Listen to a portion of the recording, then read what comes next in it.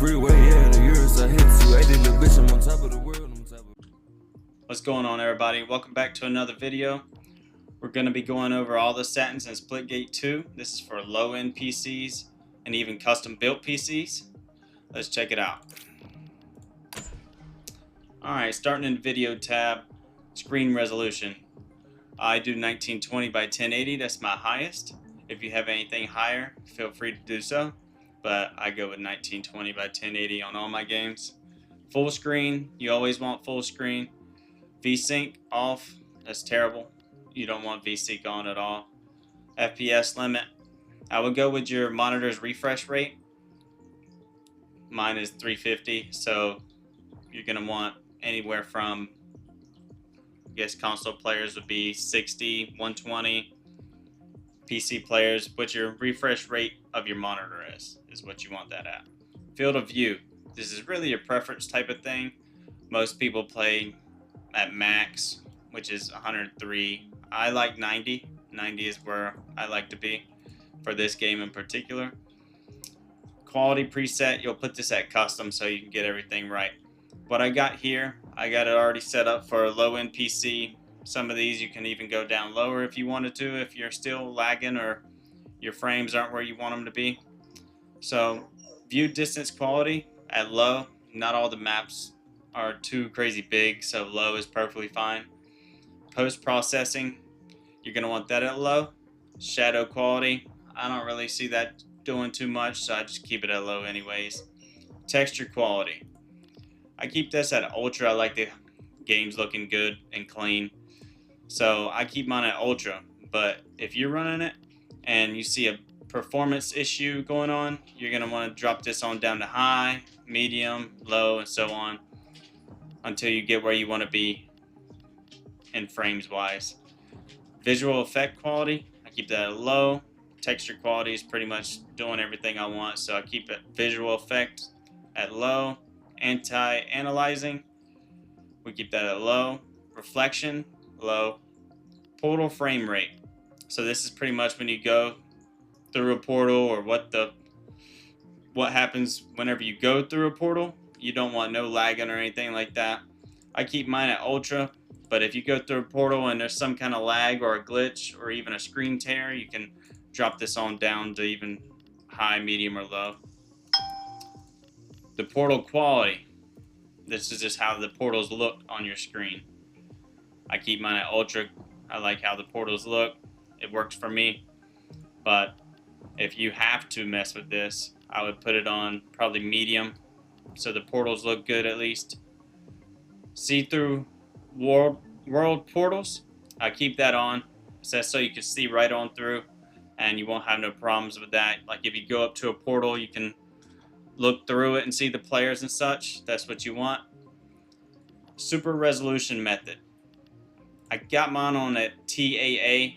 I could even change it to NVIDIA DLSS and keep it at transformer auto, and the sharpness I would turn it on up a little bit probably, but I started off at TAA. I'm gonna keep it like that. Most players play at none. This does affect your performance if you go to TAA, but I enjoy it. It looks good. But some PCs, low-end PCs, if you put it on NVIDIA DLSS, you would want to go ultra performance or performance for best possible frames.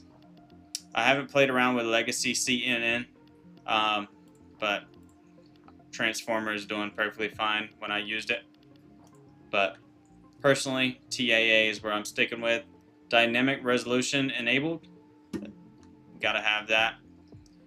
Frame generation method. You don't want this turned on. I don't have the option for it. Some of you may. I've never run frame generations, any kind of frame generation in any of my games. I always keep that off. Low latency mode, NVIDIA Reflex if you have the option, or none. NVIDIA Reflex, I have that on, and then I put boost. This is by your PC. You're going to want to play with this a little bit. Click enabled, see if you get any better frames, or even if it makes your PC worse, your performance. I got boost though. I run boost on all my games for NVIDIA Reflex low latency. You could do enabled though, but preferably boost is for me. Alright, so I play controller. So my controller settings, my sensitivity is going to be a 5. My vertical sensitivity is a 5. These are pretty much standard almost. I did a little bit of tweaking, but zoom sensitivity 0.8. Inner dead zone is 0.5. Outer dead zone is 0.5. Those are two that I've changed. Your response curve, I keep this at exponential. Invert, you don't want to mess with that. Invert, vertical, you don't mess with that. Acceleration type, radial. Acceleration time is at 1. The horizontal max speed for that is 2.5. The acceleration vertical max speed is at 2.5 as well. Your aim assist strength, you want this at 100. Max it can go. That's the best. That's the best you can do is 1.0. Auto sprint, yes, that's preference really. Auto jetpack, preference, I have that on. Vibration, off. Those are my controller settings right there. Audio, all maxed out, and hit marker audio default. Gameplay, enable blood. If you don't like blood, you can turn that off. It doesn't make a difference, just blood on or blood off. Smart portal swapping, I have it on. Show enemy team colors, I have that on, and you'll see why here in a minute. Chat, this is preference here. Online, crossplay on if you want that. You can turn it on and off here at this online section. Accessibility, I keep my color correction at none, and that's because I don't like any of the other options, but you can experiment with them. It's up to you. They got colorblind section in here for those that you may need it. Subtitles enabled, I have that off. Alright, your ally color. Some of these are preference, some may look terrible, some may not. I got blue for the ally color. Enemy color, I have that green. It stands out, it looks better, and it helps a lot for me. Multi-teams, they're all green as well. My crosshair, I have that at green, and my crosshair enemy color is green. Show sprint crosshair, I keep that off. For all my guns, I have the dot. Just a regular dot for my crosshair.